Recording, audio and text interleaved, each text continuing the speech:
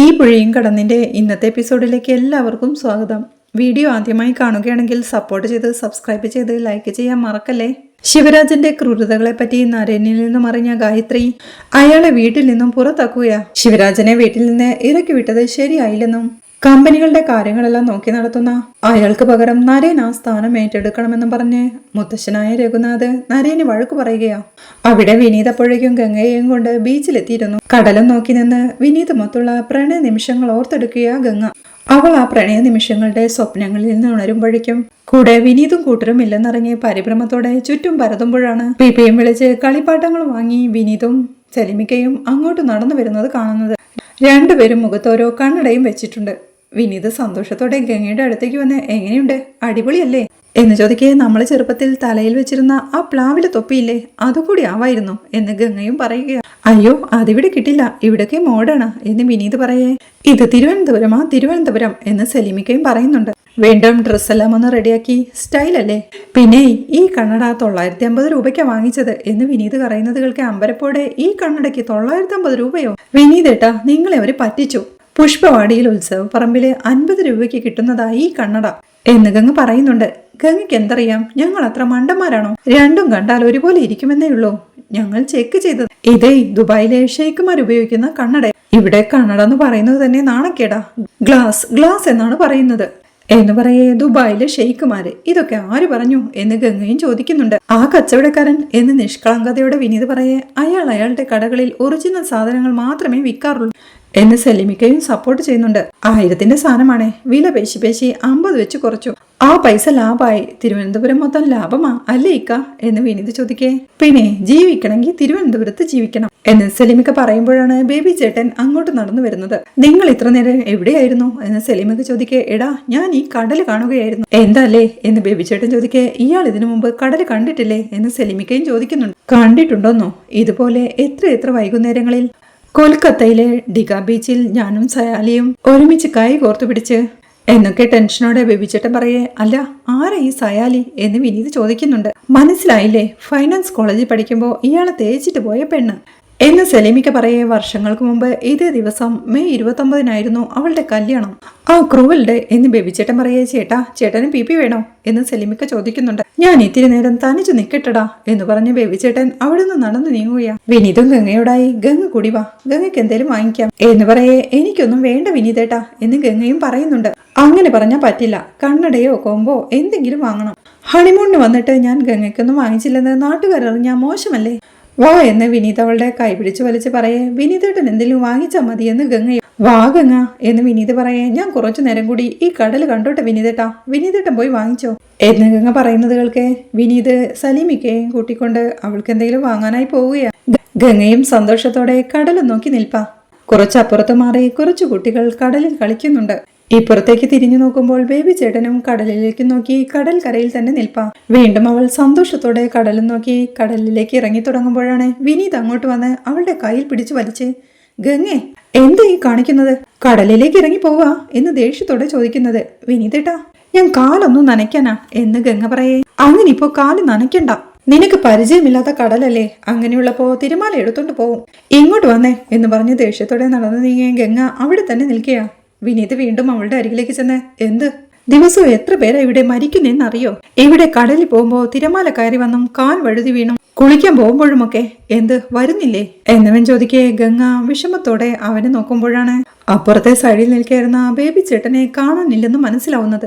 അവൾ അമ്പരപ്പോടെ ബേബി ചേട്ടൻ നിന്ന സ്ഥലത്തേക്ക് നോക്കി വിനീതേട്ടാ ബേബി ചേട്ടൻ എവിടെ എന്ന് പരിഭ്രമത്തോടെ ചോദിക്കുന്നുണ്ട്. അയാൾ അവിടെ എവിടെയെങ്കിലും കാണും എന്ന് വിനീത് ദേഷ്യത്തോടെ പറയാ. വിനീതേട്ടാ ബേബി ചേട്ടന് അപകടം പറ്റിയോന്നൊരു സംശയം, കുറച്ചു മുമ്പ് നോക്കുമ്പോ ദേ അവിടെ കണ്ടതാ, ഇപ്പൊ കാണുന്നില്ലെന്ന് അവൾ പരിഭ്രമത്തോടെ പറയേ. ചതിച്ചോ ദൈവമേ എന്ന് നെഞ്ചത്ത് കൈവച്ച് പറയുക വിനീത്. അപ്പോഴേക്കും സലീമിക്കയും അങ്ങോട്ട് വന്ന് എന്താടാ എന്തു പറ്റി എന്ന് ചോദിക്കുക. സലീമിക്ക ബേബി ചേട്ടൻ അവിടെ ഉണ്ടായിരുന്നു, ഇപ്പൊ കാണുന്നില്ല എന്ന് വെപ്രാളത്തോടെ വിനീതും പറയുന്നുണ്ട്. കടലിൽ വീണൊന്ന് സംശയം, ബേബി ചേട്ടാ എന്ന് വിളിച്ച് വിനീത് അങ്ങോട്ട് ഓടുകയാ, കൂടെ ഗംഗയും സലീമിക്കയും. പിന്നീട് ബേബി ചേട്ടനെ കാണാതെ ആ കടൽ തീരത്ത് തളർന്നിരിക്കുകയാണ് വിനീത്. ആശ്വസിപ്പിച്ചുകൊണ്ട് സലീമിക്കയും കൂടെ തന്നെയുണ്ട്. ഡാ വിനീതേ ഒന്ന് സമാധാനിക്കടാ, ബേബി ചേട്ടനെ ഒന്നും പറ്റിയിട്ടുണ്ടാവില്ല എന്ന് സലീമിക്ക ആശ്വസിപ്പിക്കെ. എന്തെങ്കിലും പറ്റിയാ ഞാൻ നാട്ടുകാരോട് എന്ത് സമാധാനം പറയും, ഞാനല്ലേ നമ്മുടെ കൂടെ നിർബന്ധിച്ച് വിളിച്ചോണ്ട് വന്നത് എന്ന് ടെൻഷനോടെ വിനീതും പറയുന്നുണ്ട്. എനിക്ക് സങ്കടമില്ലെന്നാണോ വിനീതെ നീ കരുതിയത്? ഈ ഭൂമിയിൽ ആരോടെങ്കിലും അയാൾക്ക് ബന്ധവും സ്നേഹവും ഉണ്ടായിരുന്നെങ്കിൽ അത് നമ്മളോട് മാത്രമായിരുന്നു എന്ന് സെലിമിക്കയും പറയുന്നുണ്ട്. ഗംഗ അവിടെ രക്ഷാപ്രവർത്തകരോട് സംസാരിച്ചുകൊണ്ടിരിക്കുക. ബേബിയാണോ കടലിൽ കാണാതായത് എന്നയാൾ ചോദിക്കെ അതെ എന്ന് ഗംഗ. ആ ഇരിക്കുന്നതല്ലേ നിങ്ങളുടെ ഹസ്ബൻഡ്?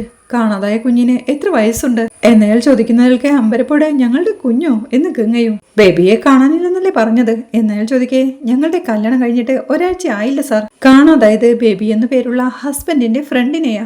ഒരു 45-50 വയസ്സ് കാണും എന്ന് ഗംഗ പറയേ. ഓ അങ്ങനെയാണല്ലേ എന്നയാളും. ഗംഗ ബേബി ചേട്ടൻ നിന്നിടത്തേക്ക് ചൂണ്ടിക്കാണിച്ചുകൊണ്ട് അവിടെയാ നിന്നിരുന്നത്. കുറച്ചു കഴിഞ്ഞ് നോക്കിയപ്പോ കാണാനില്ല എന്നവൾ ടെൻഷനോടെ പറയേ. എന്തായിരുന്നു വേഷം എന്നയാൾ ചോദിക്കുന്നുണ്ട്. വെള്ളമുണ്ടും ഫുൾ കൈ ഷർട്ടുമാണ് സാർ. ചെറിയൊരു ചുളിവോ ചളിയോ പോലുമില്ല എന്നവൾ പറയുമ്പോഴേക്കും മദ്യപിച്ച് ആടിക്കുഴഞ്ഞ് ബേബി ചേട്ടനും ആ കടൽ തീരത്തുകൂടി നടന്നു വരികയാ.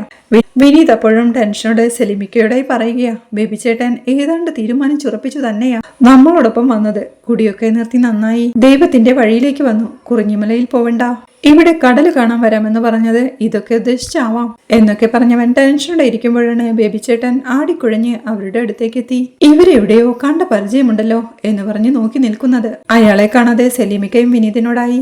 ബേബി ചേട്ടൻ മുഴുവൻ സമയം വെള്ളത്തിലായിരുന്നല്ലോ. അദ്ദേഹം ആഗ്രഹിച്ചത് ഇതുപോലുള്ള മരണമായിരുന്നു എന്ന് സമാധാനിക്ക് വിനീതെ എന്ന് പറഞ്ഞ് കരയുന്നത് കാണേ ബേബി ചേട്ടനും കരയുന്നു. ഒന്ന് ആശ്വസിപ്പിച്ചേക്കാം എന്ന് പറഞ്ഞ് അവരുടെ അടുത്തേക്ക് നടന്നു നീങ്ങുകയാ. ഗംഗ അപ്പോഴേക്കും രക്ഷാപ്രവർത്തകർക്ക് തനിക്കറിയാവുന്ന കാര്യങ്ങൾ പറഞ്ഞുകൊണ്ടിരിക്കുക. ബേബി ചേട്ടനും വിനീതിന്റെ പുറകിലേക്ക് എത്തി. എക്സ്ക്യൂസ് മീ, എന്താ പ്രോബ്ലം എന്ന് ചോദിക്കെ ഞെട്ടലോടെ അദ്ദേഹത്തെ നോക്കി നിൽപ്പാ സെലിമിക്ക. പുറംതിരിഞ്ഞിരിക്കുന്ന വിനീതും ടെൻഷനോടെ ഞങ്ങളുടെ കൂട്ടത്തിൽ നിന്നും ഒരാളെ കാണാതായി എന്ന് ടെൻഷനോടെ പറയേ. മരമണ്ടൻ, കടലൊക്കെ കാണാൻ വരുമ്പോ സൂക്ഷിക്കണ്ടേ എന്ന് പറയുന്നത് കേട്ട് വിനീത് തിരിഞ്ഞു നോക്കുമ്പോഴാണ് പുറകിൽ നിൽക്കുന്ന ബേബി ചേട്ടനെ കണ്ട് ഉച്ചത്തിൽ നിലവിളിക്കുന്നത്. അവന്റെ ആ നിലവിളി ശബ്ദം കേട്ട് ഗംഗയും കൂട്ടരും അങ്ങോട്ട് ശ്രദ്ധിക്കുക. എന്താ അവിടെ എന്നാ രക്ഷാപ്രവർത്തകൻ ചോദിക്കേ. അത് വെള്ളത്തിൽ പോയ ആൾ തിരിച്ചു വന്നു സാർ എന്ന് ഗംഗ പറയുന്നുണ്ട്. എവിടെ എന്നയാൾ ചോദിക്കേ. ഇതാ അവിടെ എന്ന് പറഞ്ഞ് ഗംഗ ചൂണ്ടിക്കാണിച്ചു കൊടുക്കുകയാ. എല്ലാവരും കൂടി അങ്ങോട്ട് നീങ്ങുമ്പോഴേക്കും വിനീതും എഴുന്നേറ്റ് ബേബി ചേട്ടനോടായി നിങ്ങളല്ലേ പറഞ്ഞത് കൂടി നിർത്തിയെന്ന് എന്ന് ദേഷ്യത്തോടെ ചോദിക്കേ. അറിയാതെ പ്രലോഭനത്തിൽ പെട്ടുപോയതാ, ക്ഷമിക്ക്. സോറി എന്ന് ആടിക്കുഴഞ്ഞുകൊണ്ട് കൈകൂപ്പി ബേബി ചേട്ടനും പറയുകയാ. നിങ്ങളല്ലേ പറഞ്ഞത് മത്തായി 26:41 എന്ന് പറഞ്ഞാ മതിയെന്ന് എന്ന് സലീമിക്ക ചോദിക്കുമ്പോഴേക്കും ബേബി ചേട്ടൻ സലീമിക്കയെ അടിച്ചു വീഴ്ത്തി. ഇപ്പോഴാടാ പറയുന്നത്, നിനക്ക് അപ്പ പറയാൻ പാടില്ലായിരുന്നോ എന്ന് ചോദിക്കുന്നുണ്ട്. അപ്പോഴേക്കും ഗംഗയും കൂട്ടരും അങ്ങോട്ട് എത്തുകയാ. ആ രക്ഷാപ്രവർത്തനം പറയുന്നുണ്ട് വീണ വെള്ളം ഏതാണെന്ന് മനസ്സിലായി. ഇപ്പോഴും നിങ്ങൾക്ക് വേണ്ടി അവിടെ തിരച്ചിൽ നടന്നുകൊണ്ടിരിക്കുക. ലൈഫ് ഗാർഡുകളെ കൊരഞ്ഞു കളിപ്പിച്ച ജയിലിൽ കയറ്റാനുള്ള വകുപ്പുണ്ട്. ഫാമിലി ആയതുകൊണ്ട് മാത്രം ക്ഷമിച്ചു വിടുകയാ. ഇയാളെ കുട്ടി പെട്ടെന്ന് വിട്ടോ എന്ന് ഗംഗയെ ചൂണ്ടിക്കൊണ്ട് അയാൾ പറയുകയാ. അത് കേൾക്കെ വിനീതും ബേബി ചേട്ടനെയും ഗംഗയെയും സലീമിക്കയും കൊണ്ട് അവിടുന്ന് നടന്നു നീങ്ങുകയാ. അപ്പോഴാണ് ബേബി ചേട്ടനും നിക്ക് ഇട വിനീതേ, നമുക്കവരെ സഹായിക്കാം എന്ന് പറയേ. എന്തിന് എന്ന് വിനീതും. എടാ ആരൊരാൾ വെള്ളത്തിൽ പോയെന്ന് പറഞ്ഞില്ലേ, നമുക്കവരെ സഹായിക്കാം എന്ന് പറയേ. ബേബി ചേട്ടൻ വായെന്ന് പറഞ്ഞ് വിളിച്ചു കൂട്ടിക്കൊണ്ടു പോവുക വിനീതും സലീമിക്കയും. അങ്ങനെ അവർ നടന്നു നീങ്ങുന്നതിനിടയിൽ കൂടെ നടക്കുന്ന ഗംഗയോടായി ഗംഗ ഹാപ്പിയല്ലേ എന്ന് വിനീത് ചോദിക്കുന്നുണ്ട്. വിശക്കുന്നു വിനീതേട്ടാ എന്ന് ഗംഗ പറയേ. വിശക്കുന്നെന്നോ, നേരത്തെ പറയണ്ടേ. ഇവിടുത്തെ നമ്പർ 1 ഹോട്ടലിൽ നിന്ന് ഞാൻ ഗംഗയ്ക്ക് ഭക്ഷണം വാങ്ങിച്ചു തരും, വാ എന്ന് വിളിച്ച് അവളെയും കൂട്ടിക്കൊണ്ടു പോവുകയാ വിനീത്. അവരുടെ റൂമിൽ അസ്വസ്ഥതയോടെ അങ്ങോട്ടും ഇങ്ങോട്ടും നടക്കിയ നരേൻ. അപ്പോഴാണ് മോനെന്ന് വിളിച്ച് മുത്തശ്ശി ഡോറിൽ വന്ന് തട്ടുന്നത്. നരേൻ ചെന്ന് ഡോർ തുറന്നു കൊടുത്ത് മുത്തശ്ശിയോ വാ അകത്തേക്ക് വാ എന്ന് പറഞ്ഞു വിളിച്ച് തന്റെ ബെഡെല്ലാം ക്ലീനാക്കി മുത്തശ്ശി ഇരിക്കേ എന്ന് പറയുക. മുത്തശ്ശി അങ്ങോട്ടിരിക്കുമ്പോഴേക്കും മുത്തശ്ശി കഴിച്ചായിരുന്നോ എന്നവൻ ചോദിക്കുന്നുണ്ട്. ഇല്ല, കഴിക്കാൻ തോന്നില്ല, നീ ഇരിക്കേ എന്ന് പറഞ്ഞ് നരേനെയും തന്റെ അടുത്തേക്ക് ഇരുത്തുകയാ മുത്തശ്ശി. നീ ഇന്ന് ചെയ്തതൊന്നും തെറ്റാണെന്ന് മുത്തശ്ശി പറയില്ല. ആ സമയത്ത് ശിവരാജനെ എന്റെ കൈയകലത്തിൽ കിട്ടിയിരുന്നെങ്കിൽ കൊന്നേനെ ഞാൻ. പക്ഷെ വികാരത്തിനു മീതെയാണല്ലോ വിവേകം. അങ്ങനെയാവുമ്പോ നിന്റെ മുത്തശ്ശൻ പറയുന്നതാ ശരിയെന്ന് തോന്നുന്നു. ശിവരാജൻ മടങ്ങി വരും, നീ പ്രശ്നമൊന്നും ഉണ്ടാക്കരുത് എന്ന് മുത്തശ്ശി പറയുന്നത് കേൾക്കെ അമ്മേ എന്ന് ദേഷ്യത്തോടെ വിളിച്ച് നരൻ അവിടെ നിന്ന് എഴുന്നേൽക്കുകയാണ്. നീ ഇപ്പോ ചോദിക്കാൻ പോകുന്നത് എന്താണെന്ന് എനിക്ക് നന്നായിട്ട് അറിയാം. അവൻ മുത്തശ്ശന്റെ ജീവൻ എടുക്കാൻ ശ്രമിച്ചില്ലേ എന്നതാവും അതിൽ പ്രധാനം. മുത്തശ്ശൻ തന്നെയാ അവനെ മടക്കി വിളിക്കാൻ പറഞ്ഞത്. ശിവരാജൻ എടുക്കാൻ ശ്രമിച്ചത് നിന്റെ മുത്തശ്ശന്റെ ജീവനല്ല, ഇവിടുത്തെ സ്വത്താ. ഈ സ്വത്ത് മുഴുവൻ കയ്യിലുണ്ടെങ്കിൽ അവൻ എന്തിനു മുത്തശ്ശനെ ഭയക്കണം, എന്തിനു കൊല്ലാൻ ശ്രമിക്കണം? പണം കണ്ട് കൊതി തീർന്നവരാ ഇവിടെയുള്ളവര്. പണം കൊണ്ടിനി എന്താ വിലയ്ക്ക് വാങ്ങാനും നേടാനുമുള്ളത്? ഒന്നും സംസാരിക്കണ്ട, ഒന്നും കൂട്ടിയും വെക്കണ്ട. ഈ സ്വത്ത് മുഴുവൻ നഷ്ടപ്പെട്ടാലും നിന്റെ അച്ഛന്റെയും അമ്മയുടെയും നഷ്ടത്തെക്കാൾ വലുതാവില്ലല്ലോ എന്ന് പറഞ്ഞ് മുത്തശ്ശി കരയാൻ തുടങ്ങുകയാ. ഇപ്പൊ എന്റെ ഏറ്റവും വലിയ സ്വത്ത് നിന്റെ മുത്തശ്ശനാ. ഞങ്ങൾക്ക് രണ്ടാൾക്കും ഇവിടുന്ന് പണമോ മറ്റു അധികാരങ്ങളോ ഒന്നും വേണ്ട. നീയും അതിനൊട്ട് താല്പര്യവും കാണിക്കുന്നില്ല. പക്ഷേ ഗൗരിക്കും ശങ്കർദാസിനും അർഹതപ്പെട്ടത് നിനക്ക് കിട്ടണം. പിന്നീട് അതിനെപ്പറ്റി ദുഃഖിക്കാൻ ഇടവരരുത് എന്ന് മുത്തശ്ശി പറയുന്നത് കേൾക്കേ മുത്തശ്ശി എന്തൊക്കെ ഈ പറയുന്നത്? ഞാൻ എപ്പോഴെങ്കിലും അതിനെക്കുറിച്ച് ചോദിച്ചിട്ടുണ്ടോ എന്ന് നരേനും ചോദിക്കുക.